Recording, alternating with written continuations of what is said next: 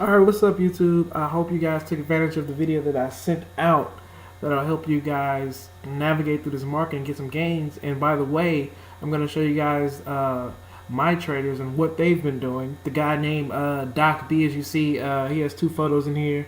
He's pretty much the best trader in the chat room, and right now we're going to do a winning streak competition and see how long we can trade until we lose and see how long we can keep our streak up. Right now, I think his streak is undefeated. Yesterday, I took a loss, so right now I'm 3-1. He's pretty much 4-0, I guess. So today, what we've seen in the market is Novavax took a huge dip on their trials failing, which caused the stock to fall over 80%. Once it fell over 80%, there should have been signals going off for you guys to pay attention, because this thing could bounce. And as you see in the photo, it took a nice bounce. Me and my traders were looking at it. We didn't know what price to buy. I was kind of hoping it was gonna, go a little further down, but it reached support at 114 and 116. And like I said, support is that floor level that stocks can't go. It's just like you stomping your feet on the ground. Your foot's not it's not going to go through the concrete. So the only way it can go is up, and that's exactly what this stock did. It set higher lows, and as you see, it started to tick up from 116 and run all the way up to 145, and it started to get checked. As I say, the stock gets checked, which means people have to sell it. And as you see throughout the day, this thing spiked all the way up to almost $1.70. So if you're in $1.16 and was able to hold the price all the way up until $1.70, you made a pretty nice gain. You made over 25 cents a share. That's to let you know that you should sell, because the stock is going to get checked. And that's just what I use. I say the stock's going to get checked, and what I mean by checked is it can't keep running. The stock can't keep running. People are going to want to take profits. So that little wave that you see, that little spike in price, those two spikes in price, that's let you know there's new buyers on the market. That's let you know that our old sellers leaving the market. And a lot of people that are down 80%, you can't even sell that, because a dollar is going to be worth what? 16 cents? So when you invest in these things, you have to be very careful, especially biotechs, because they only move on news. They only move on news. So if it's good news, the stock's going to shoot up. It might shoot up 40%, might shoot up 30%, some might shoot up 100%. But if you're on the negative side of that news, that stock might tank 75%, might tank 50%, might tank 85%, as you see here.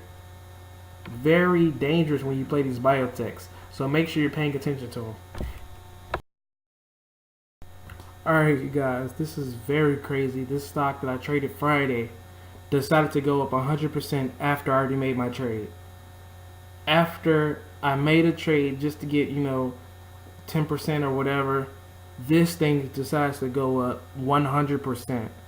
I'm not even sure what made it go up 100%. There was no recent news on this thing, so I'm pretty sure you'll probably have to find the news on Twitter. And right now, my traders are using Twitter, to make some gains. So you see on my post on Facebook and on Twitter, or on my Instagram as well, they're using Twitter. A lot of these stock promoters are using Twitter to promote stocks, which are causing pretty good gains when you look at it. Some of my traders were up today over $100 just because they seen a tweet and they acted on it. Not all the time are these tweets going to be accurate, but if you take a chance, that's pretty much what we're doing here. If you take a chance, you can't be scared to make any money, because you won't make any money. Took a chance and are now getting the benefits of taking a chance. But I wouldn't suggest you take a chance on every time that somebody says, okay, this stock is going to jump up. If it's a credible source, you should at least check it out before you go ahead and dismiss it, because you might be missing out on a lot of money. So if you have a Twitter, or Facebook, or I'm pretty sure just Twitter, or also Instagram is where they mention or they promote these stocks. Type in ticker symbols, just to find penny stocks, Google them, Google penny promoters. This is the kind of return that you will receive if you got onto a penny promoter. If you traded OTC, over-the-counter market penny stocks, actual pink sheets, you would probably do what, 100% on a good day. On a bad day, you'll probably be down 20 to 30%. OTC is very risky, so if you don't have the patience for it, don't even do it. Just stick to very liquid stocks such as NASDAQ and New York Stock Exchange. Also,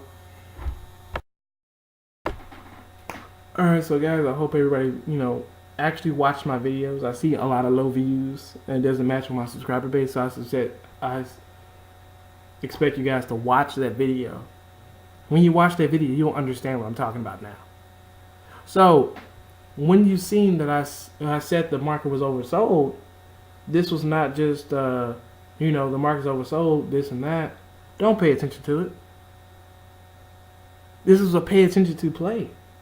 Because what it did the next day, it ran. The market ran. And where were you? Did you even buy into this run? Did you even know this run was going to happen? I did. Make sure you're watching the videos. So what made this downtrend possible is the federal government talking about they're going to raise rates pretty soon. And the market doesn't like a surprise. So when you surprise the market like such, the market is going to go to a downtrend. And what do you mean by market surprise? Everybody thought the federal government was going to raise rates sometime next year or sometime later on this year, but they didn't expect for them to raise the rates so soon. So this caused a lot of people to press the sell button and get out quick. But that Monday, that's when everybody said, okay, we got the price down low enough. Let's buy this right back and let's make some money. Okay? People made money.